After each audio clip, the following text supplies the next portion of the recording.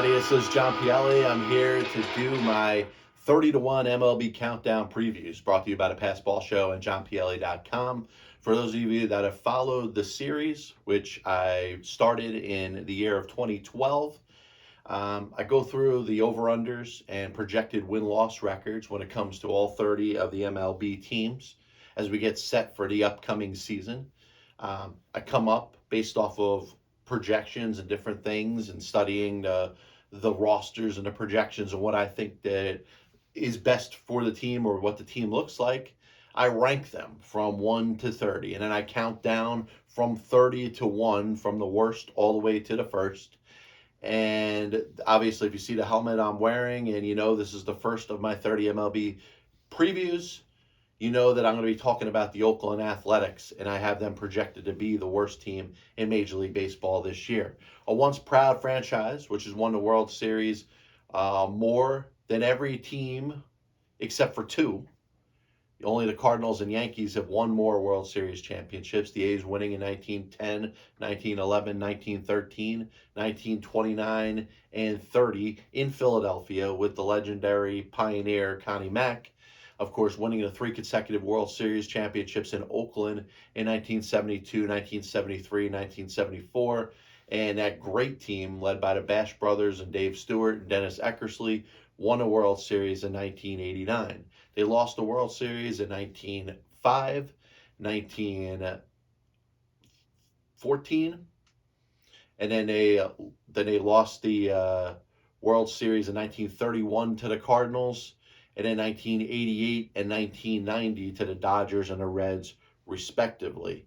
Now, one of the things that's got to be frustrating, and I'm sure it's more frustrating for the fans in Oakland, is a lack of identity, and it seems to be led from the owner that may just have come across hard times, may have just had a hard time understanding why he owns a Major League Baseball team, and the fact that in order to own any professional team at all, you have to have some willingness to put some money into the club at some point.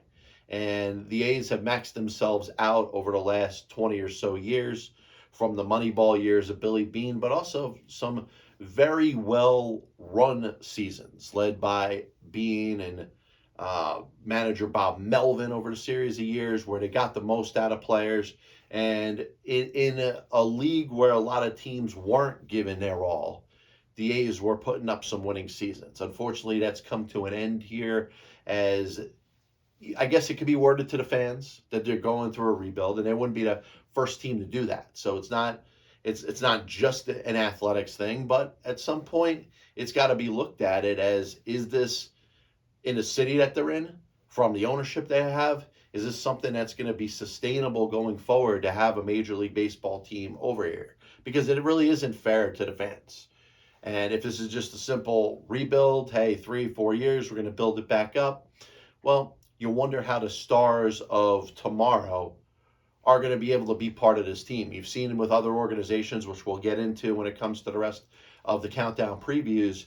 There's some organizations that have struggled, that have gone through a rebuild, but you actually see some future, some promise, not just with the younger prospects and the younger players that are going to be part of the franchise, but the interest in retaining some of the younger talent.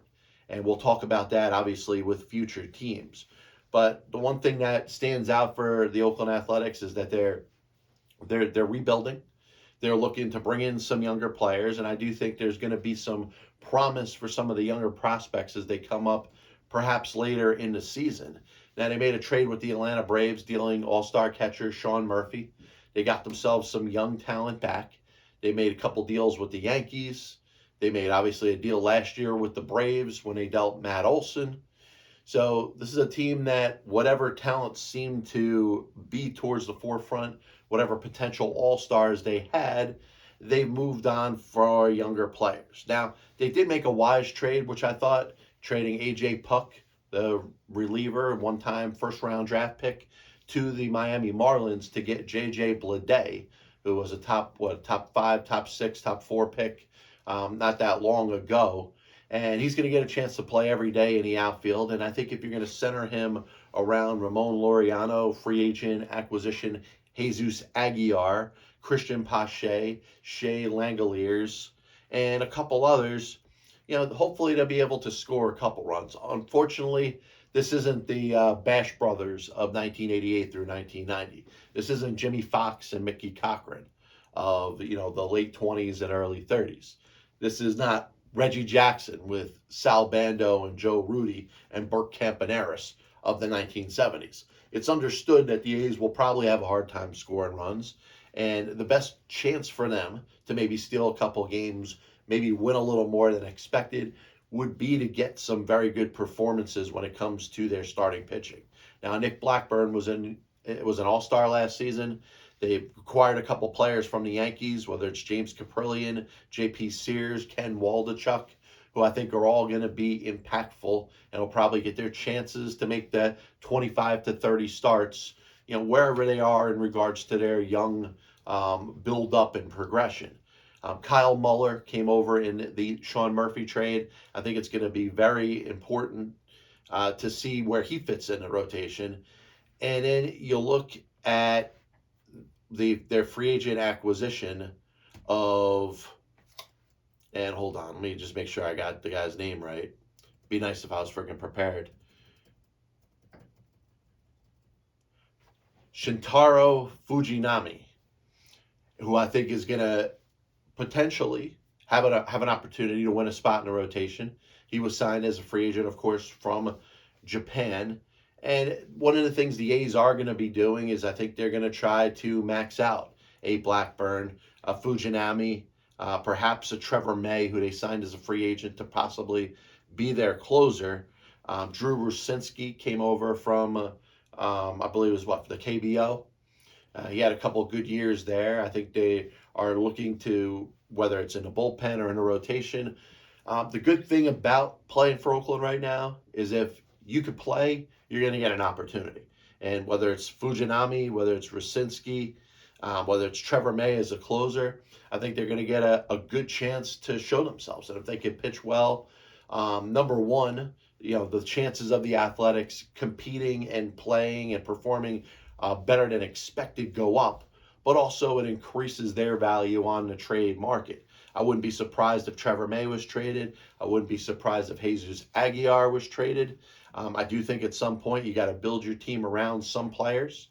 And, if you look at Christian Pache, if you look at Shea Langoliers, if you look at Jordan Bride, who I project will be the opening day third baseman, Seth Brown, who has hit a ton of home runs over the last couple seasons, is going to be a very important part to this team. So I'll go over the Oakland Athletics starting lineup right now, what I project it'll be.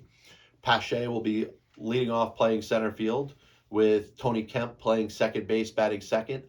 Blade will be, in my opinion, in left field, which I think will work out, but we'll see. Obviously all lineups are subject to change. I'm just giving you my opinion. Seth Brown at first base, batting fourth. Ramon Laureano, who I think is a good trade candidate if he can bounce back and have a solid season, will be in right field, batting fifth. Aguilar, who has hit 30 home runs in the major leagues before. I think this will be a very good place for him to DH, just go out there, hit some bombs, and perhaps help the A's steal a couple games. DH and batting sixth.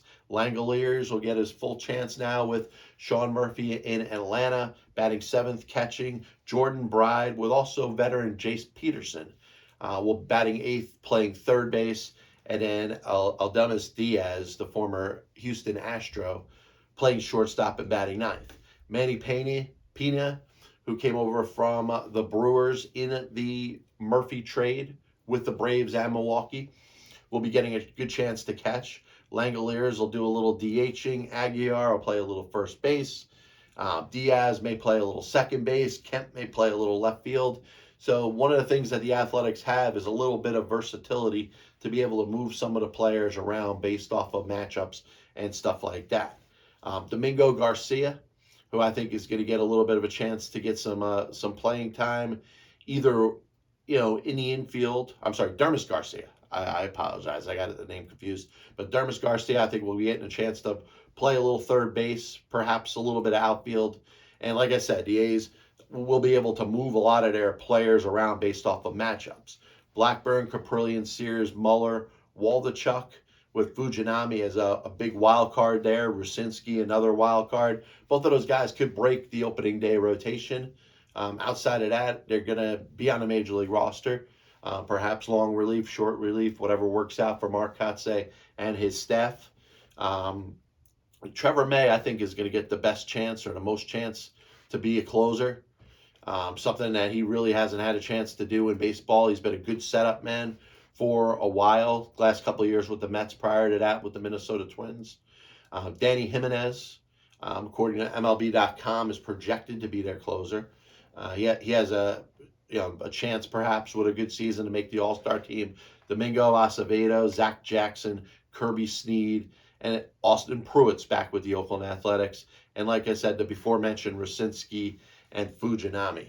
As I look at the top 30 prospects when it comes to this organization, I think Tyler Soderstrom is probably the most major league ready out of all of them. He's a first baseman and a catcher.